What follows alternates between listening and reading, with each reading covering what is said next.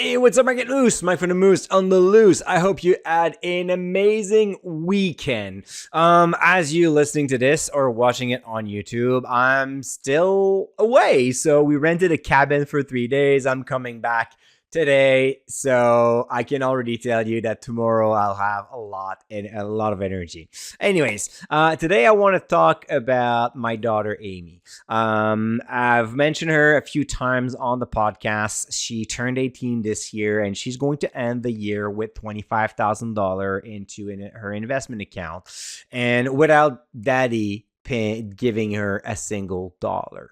So what I want to share here is our journey between the age of 12 and 18. So 6 years investing to bring that account to $25,000. And a few members asked me the other day on a private webinar, Mike, like, how did you teach her? What did you tell her that made her invest and actually follow definitively a good path to be able to build such a wealth before becoming an adult?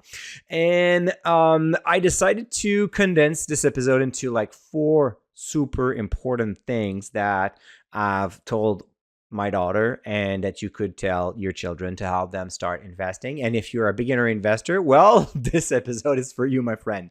All right, so number 1, create the investment habit. It's like going to the gym. It's like running. It's like eating healthy. You know, like every morning, my alarm is at 5 a.m. I go in my basement, I do some weightlifting, and then I go for my morning run.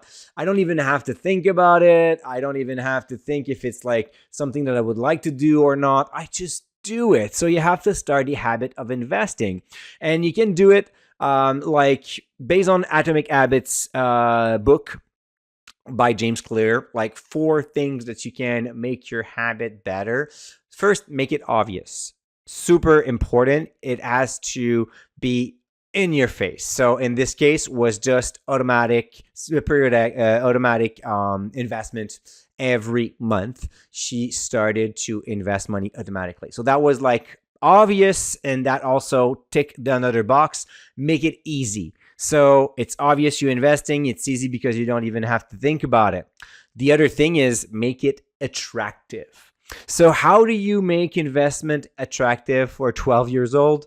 What I did is I started her into a broad ETF, and then I let her buy a few shares of companies that she likes, like Apple, for example, or Alimentation Couche-Tard, or Starbucks. She loves Starbucks. So a few shares here and there, not a big portion of her portfolio, but that was making it attractive, like fun. And then the last thing, so make it obvious, attractive, easy, and then satisfying. Satisfying takes a little bit longer. The good thing is she didn't have access to that account. So every 3 months, every year, I would tell her, hey, you have like $100. Hey, you have $500. Hey, you have $1,000. And she didn't realize at first. And then she was like, what?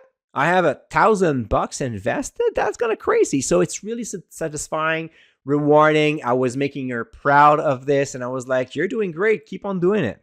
So that was the first thing, creating the investment habit. The second thing is keep it simple.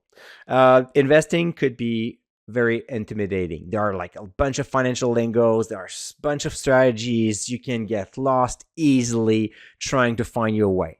In that case, ETFs are your friends. They're easy to follow. You just buy one, it's broad ETF. You don't need like a ton of financial knowledge to buy one.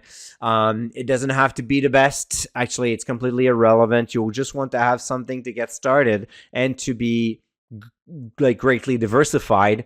And the key here is actually how much you save, not exactly which specific ETF you invest in, especially if you go broad. So you keep it hyper simple. Pick a broad ETF covering North America. That's more than enough. And then you keep on piling money. That's the real key here.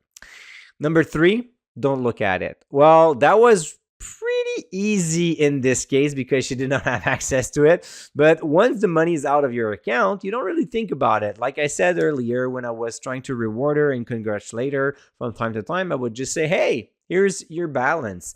And then she started to understand that the combination of her saving money periodically and then the market literally working for her without her following it. So she never realized when the market was down. She never realized that her investment lost like $500 or $1,000 at one point.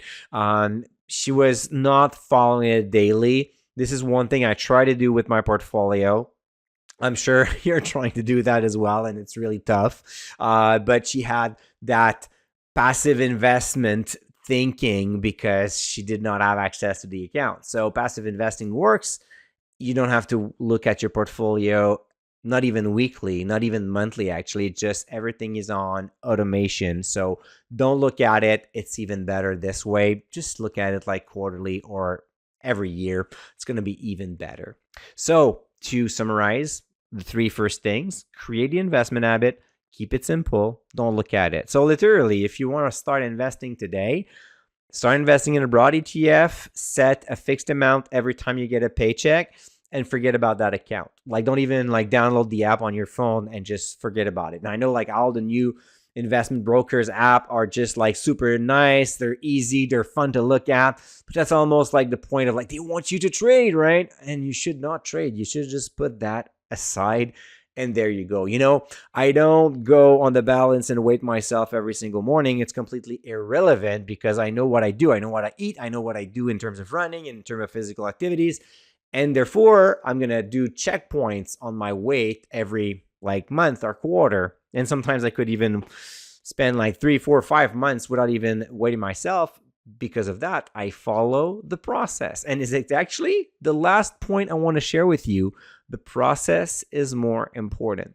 You know what? Much of the $25K that she put aside at the age of 18 is not because she invested in Tesla or Palantir or in Bitcoins. All right, with hindsight, she probably should have. Imagine if she would have put all her money into Bitcoins at the age of 12, 6 years ago. Oh my God, that would have been amazing. But we could not know. But if you invest periodically and you fix your budget, and every time you have a mean to increase your income, you take a part of that income increase. So it could be a second job, it could be a bonus, it could be a promotion, and you increase your saving instead of like living onto your new salary at this point. Well, then you're going to grow not only a great habit, but this portfolio is going to boom. And this is exactly what she did. At the age of 12, she did a budget. So she knew that she could put like $10 a month, like nothing, right? She started with absolutely nothing. But then at the age of 14, she started the work. She focused on a higher salary job. How she could do that at the age of 14? Well, because she was smart. She figured out that everyone was on minimum wages, but you could have some tips if you're working in the restaurant industry.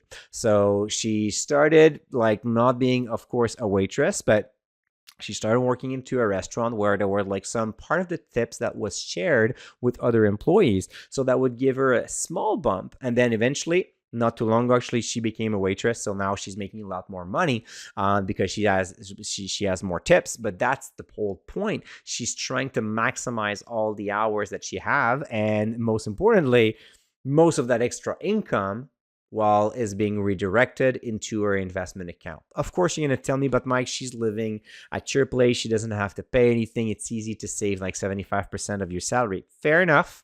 However, most of her friends are in the exact same situation, right? They're living in their parents. They have a job. They have no expenses.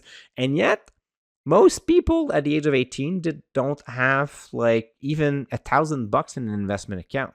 So again, you have to create the habit. You have to keep it simple. You don't have to look at it and focus on the process. The process makes the entire thing here. And this is what I want to try to share with most investors. Even if you're an experienced and seasoned investor, you know the process is a lot more important than anything else. So there you go. I hope that you have enjoyed this episode. It's a little bit off the track. Tomorrow, we're going to talk about passive investing and how much work it requires when you're a passive investor. So, all right, take good care. We're going to talk again tomorrow. And until then, don't forget to stay invested.